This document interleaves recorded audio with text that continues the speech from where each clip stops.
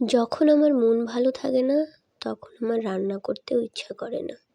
তখন আমি বিভিন্ন উপায়ে চেষ্টা করি কীভাবে সহজ একটা কিছু বানানো যায়। যেহেতু খেতেই হবে, না খেয়েও তো থাকা যায় না। তো আমি তখন বিভিন্ন রকমের ভর্তার রেসিপি সেটা ট্রাই করি করার। আর এখন শীত পড়ে গেছে, রাত্রেবেলা যদি এরকম গরম ভাত আর ভর্তা হয়, উফ! জাস্ট অসাধারণ। তো প্রথমেই কী করলাম, দুটো আলু ভালো করে ছুলে আর এই যে তার সঙ্গে একটা ডিমও ভাতের মধ্যে দিয়ে দিলাম। আলাদা আলাদা করে সিদ্ধ করব না, একবারেই দিয়ে দেবো। আর ভাতের সঙ্গে আলু সিদ্ধ করলে কিন্তু তার একটা অন্যরকম টেস্ট হয়। আর জলের সঙ্গে আলু সিদ্ধ করলে সেটার অন্যরকম টেস্ট। তো আমি এখানে মানে কিছুটা কুমড়ো সিদ্ধ করব, কুমড়ো দিয়েও ভর্তা করব, তাই জন্য সেটাও ভালো করে ধুয়ে দিয়ে দিয়েছি ভাতের মধ্যে। আর যেহেতু পেঁয়াজ দেবো, সো এই যে দেখো পেঁয়াজগুলোকেও ভালো করে ছাড়িয়ে নিচ্ছি। এরপরে কুচি করে নেব, এই যে আস্তে আস্তে ছোটো ছোটো করে কুচি করে নেব। আমার যেহেতু বটি দিয়ে কাটা অভ্যাস, তাই ছুরি দিয়ে কাটতে একটু বেশি টাইম লাগছে। তা আস্তে আস্তে ভালো করে দেখে দেখে কুচি করলাম, যাতে আমার হাত কেটে না যায়। এরপরে যখন কাটা হয়ে গেল, তখন কয়েকটা শুকনো লঙ্কা ভালো করে ভেজে নেব।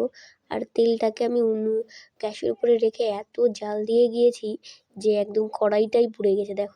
দেওয়ার সঙ্গে সঙ্গে লঙ্কাগুলো কেমন কালো হয়ে গেছে। এরপরে লঙ্কাগুলোকে খুব করে একটু লবণ দিয়ে খুব সুন্দর করে হাত দিয়ে ভেঙে ভেঙে নেব। তার মধ্যে কী করতে হবে, যে পেঁয়াজটা আমি রেখে দিয়েছিলাম কুচিয়ে, সেটাও দিয়ে দেবো। তারপরে সুন্দর করে কচলে মাখাতে হবে, যাতে পেঁয়াজটা নরম হয়ে যায়। আর এরকম করে ভর্তা করলে কিন্তু তার স্বাদ অসাধারণ লাগে। আপনারা যারা দেখছেন আমার ভিডিও, অবশ্যই বাড়িতে ট্রাই করুন। আমরা এমনিও অনেক রকমের ভর্তা খাই, বাট এটার স্বাদ অসাধারণ। এরপর কি করব, এটার মধ্যে কিছুটা পরিমাণ সর্ষের তেল দেব। সর্ষের তেলের ঝাঁঝেই মানে খাওয়া অর্ধেক হয়ে যাচ্ছে। আমি যখন মাখাচ্ছি, মানে এখনও আমার দেখো কথাই বলতে পারছি না ভালো করে, সেই মানে জিভে জল চলে আসে, এত সুন্দর একটা ঘ্রাণ আসছিল। এই যে ভাতের ফ্যান কেড়ে এবার আলুগুলো, তারপরে ডিম আর কুমড়ো বের করে নিয়েছি। এবার দেখো সুন্দর করে ভালো করে হাত দিয়ে কচলে মানে একদম ঠেসে সুন্দর করে মাখিয়ে নেব, যাতে খুব সুন্দর একটা টেস্ট হয়। দেখো আলু ভর্তাটা কিন্তু অসাধারণ হয়েছে। হ্যাঁ, এরপরে এই যে ডিমটাকেও ভেঙে নিচ্ছি।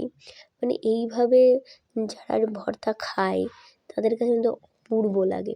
আর আপনারা ইদানিং দেখবেন যে অনলাইনেও এরকম মানে ইন্টারনেটের যুগে এরকম ভর্তার কিন্তু অনেক রেসিপি আছে। তো আমি তো ওগুলো দেখেছি, বাট ওরকম আরও অনেক ইনগ্রিডিয়েন্ট দিতে হয় ওরকম বানাতে গেলে। কিন্তু এটা আমার কাছে সিম্পল একদম। ওই যে বললাম প্রথমেই, যখন মন ভালো থাকে না তখন রান্না করতে ইচ্ছা করে না, তো ঘরে যা ছিল তাই দিয়েই বানিয়েছি।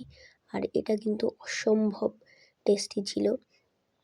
আর গরম ভাতের সঙ্গে কিন্তু একেবারে জমে ক্ষীর। তো যারা